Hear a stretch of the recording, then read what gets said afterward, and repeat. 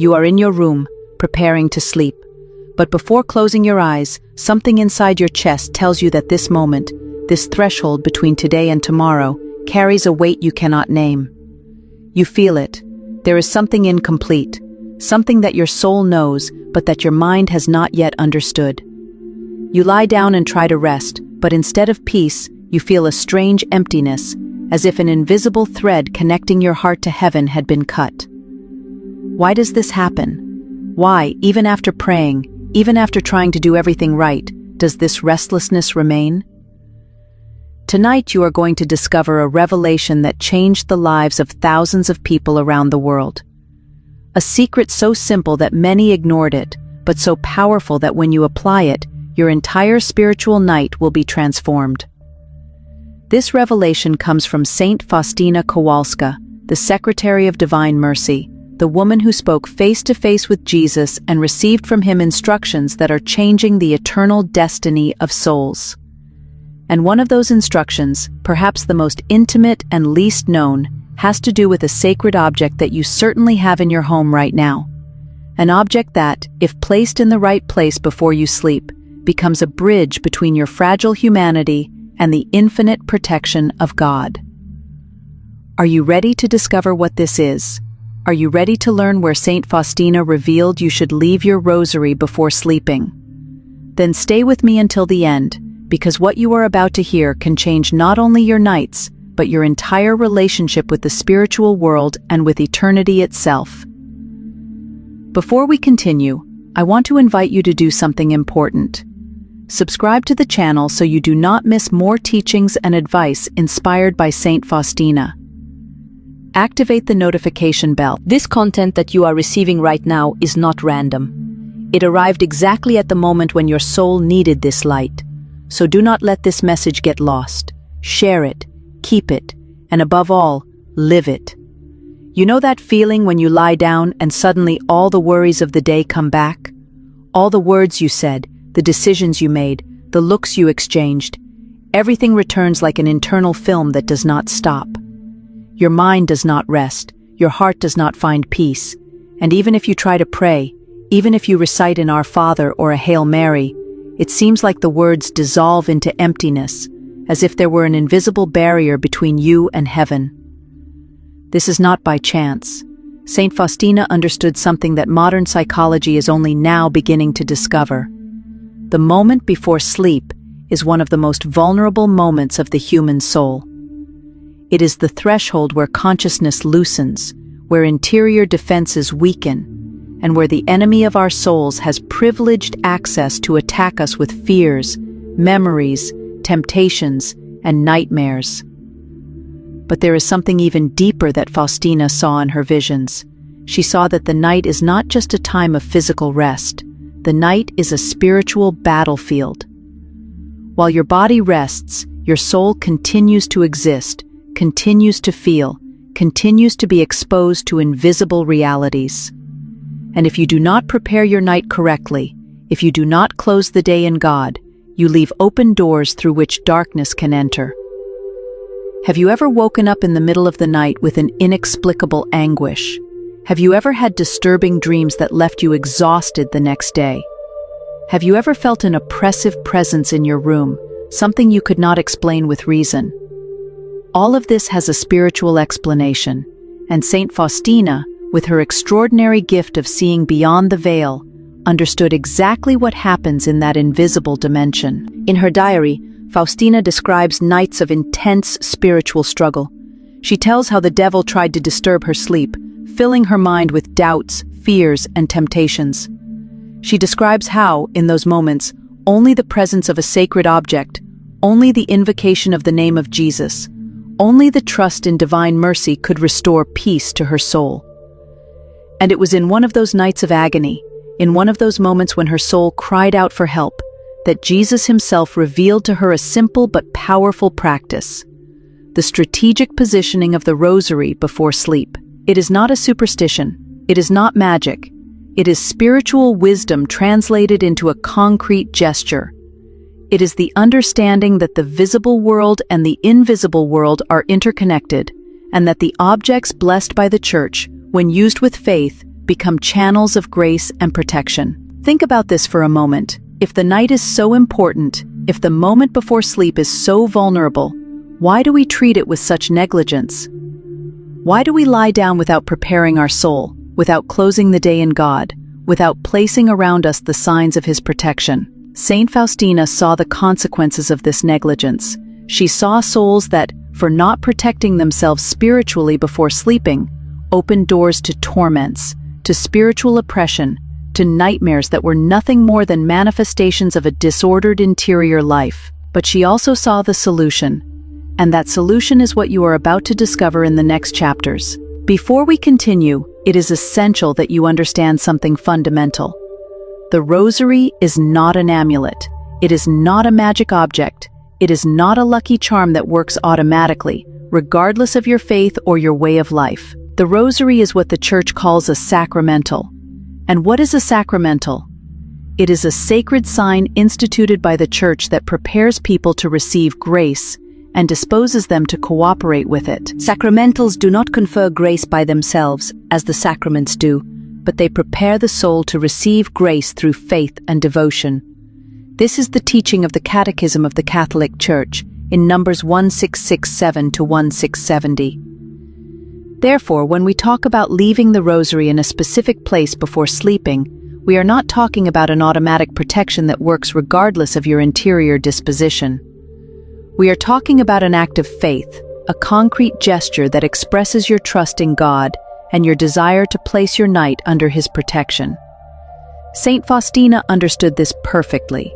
She never treated the Rosary as an object of superstition. For her, the Rosary was the continuation of prayer, the extension of the heart that does not want to stop loving God even when the body rests. She understood that each bead of the Rosary is a step in the contemplation of the mysteries of Christ, and that when we place this object near our bed, we are saying to God, "Even when I sleep, even when my consciousness weakens, I want my last thought to be you. I want my last memory of the day to be your face. I want my first image upon waking to be your presence." This is the deep meaning of the practice. It is not magic. It is love translated into gesture.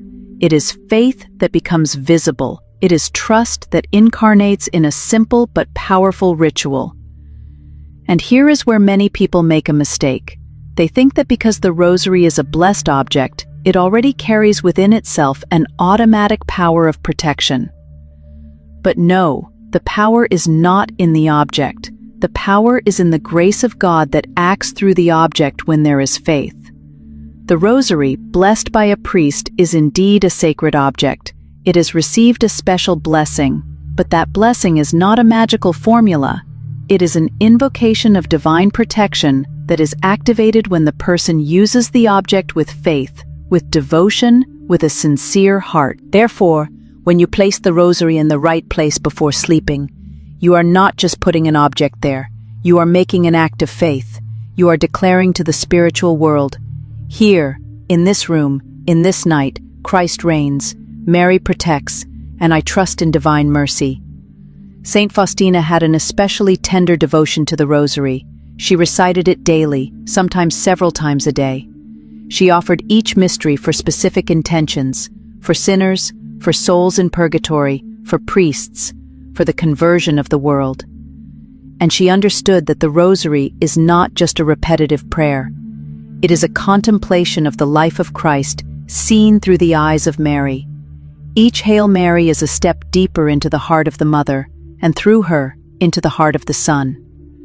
Therefore, when we leave the Rosary near the bed, we are not just leaving an object. We are leaving a silent presence, a maternal guardian, a memory that even in sleep, even in the most vulnerable moment of the night, we are not alone. Mary is there, Jesus is there, and that makes all the difference. Now comes the practical part. Where exactly should you leave your Rosary before sleeping?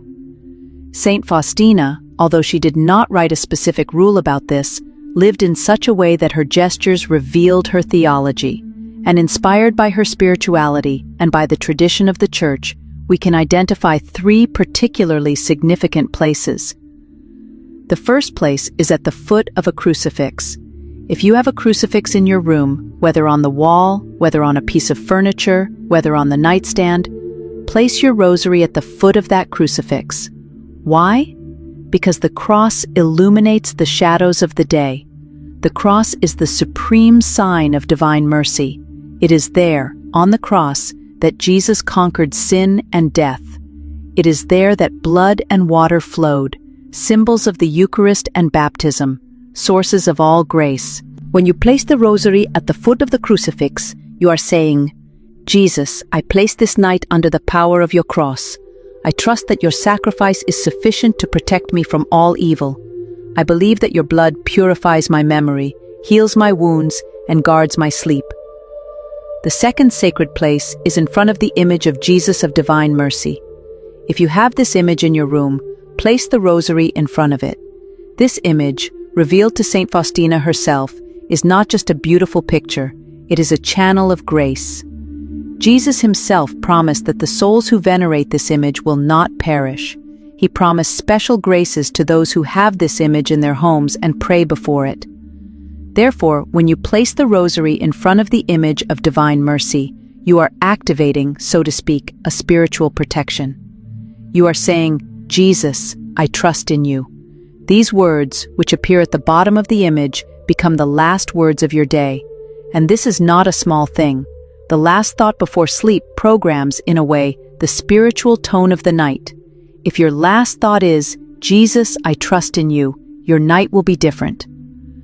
The third place is on the nightstand, within reach of your hand, next to a small icon or a blessed candle. It does not need to be a large altar. A simple space is enough. A nightstand, a shelf, a small table next to the bed. There you place the rosary, along with a small image of Mary or a Bible open to a psalm. This creates a small sacred space in your room, a place that, just by existing, reminds you that God is present. And when you wake up in the middle of the night, when you open your eyes and see the rosary there, you immediately remember, I am not alone. God watches over me. Mary protects me.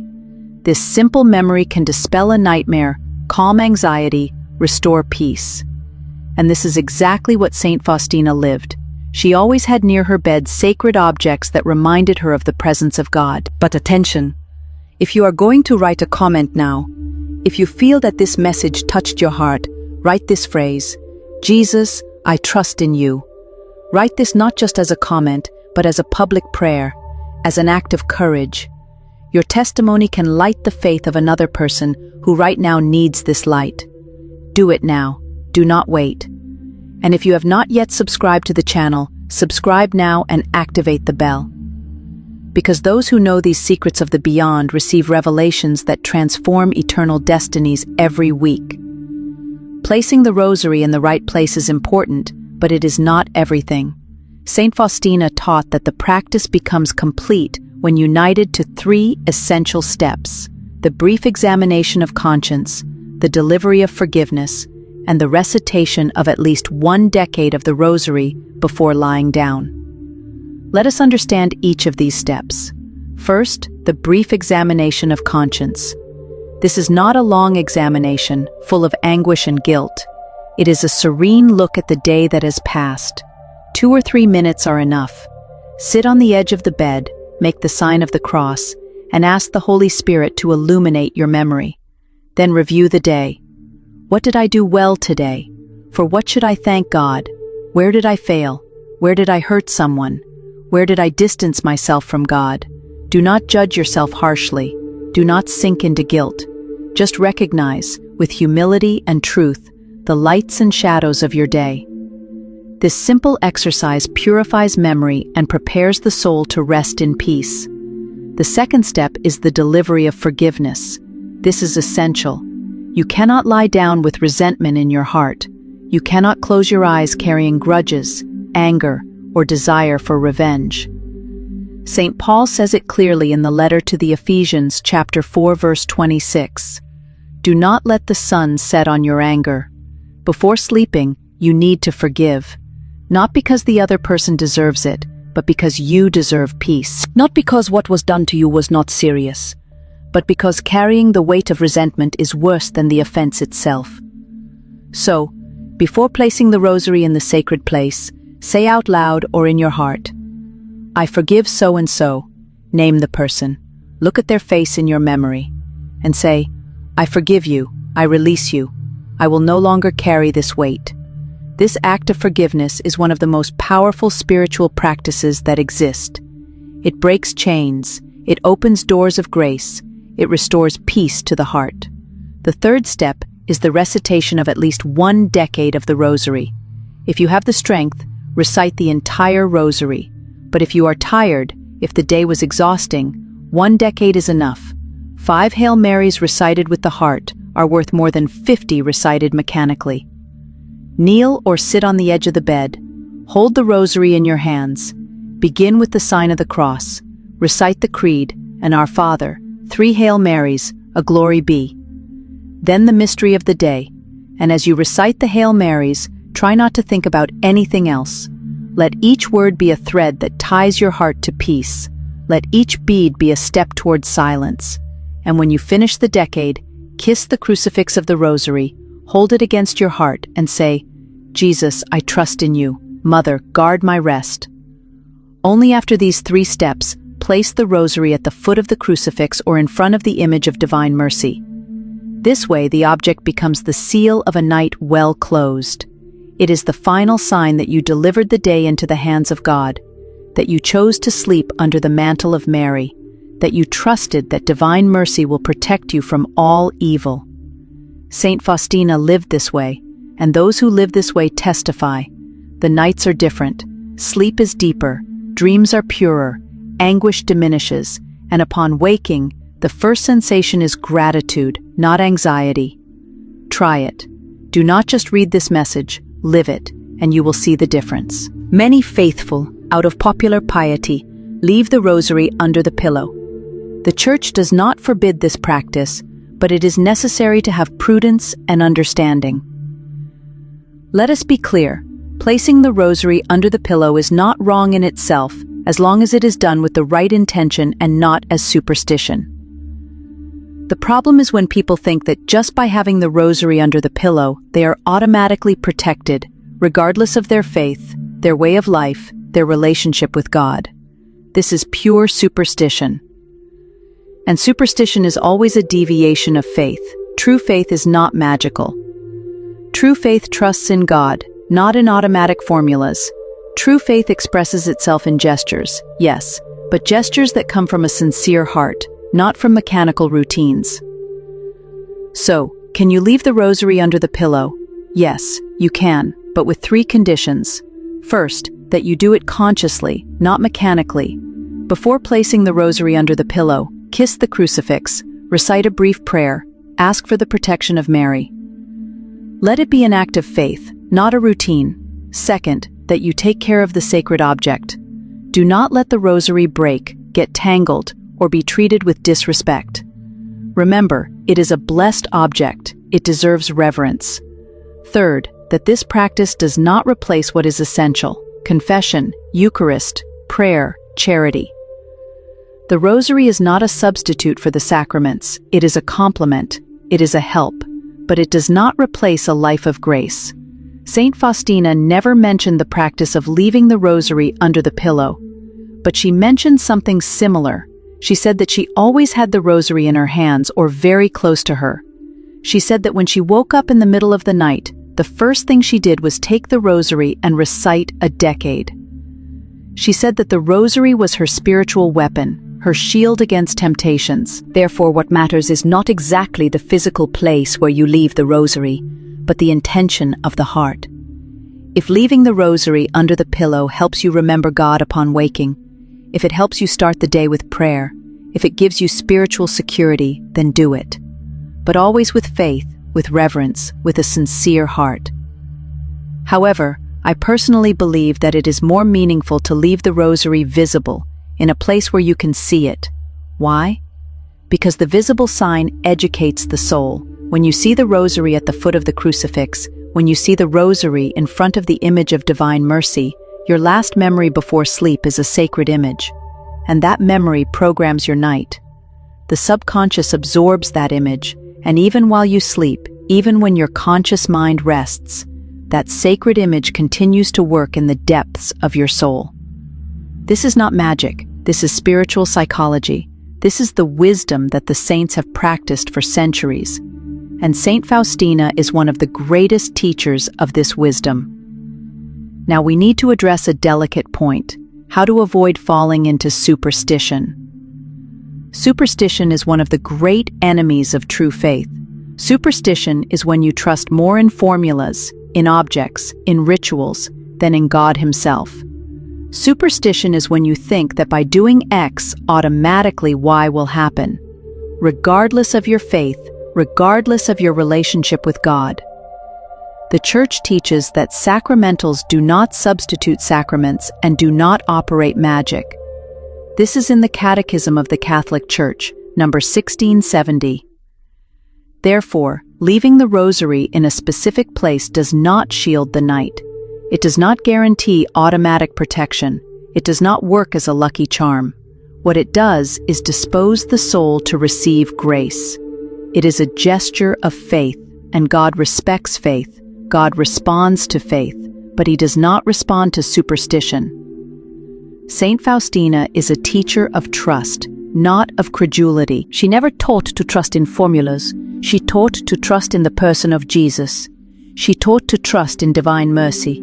She taught that what saves is not the object, but the living relationship with God. Therefore, when we talk about leaving the Rosary at the foot of the crucifix, we are talking about a gesture that expresses trust. We are saying, Jesus, I believe that you are present. I believe that your cross has power.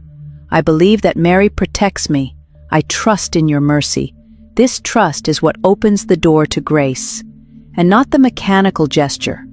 How then to ensure that you are not falling into superstition? The answer is simple: by living a coherent sacramental life. If you want the Rosary to be an instrument of grace in your night, live in grace during the day. Confess regularly. Receive the Eucharist with devotion. Practice charity. Forgive. Pray. The Rosary is a bridge between liturgy and daily life, but it is not the foundation. The foundation is Christ. The foundation is the sacramental life. The foundation is the life of grace. Therefore, if you are confessing, if you are receiving communion, if you are living charity, the Rosary becomes what it should be, a powerful instrument of spiritual protection. But if you are living in mortal sin, if you are far from the sacraments, if you are living in pride and resentment, the Rosary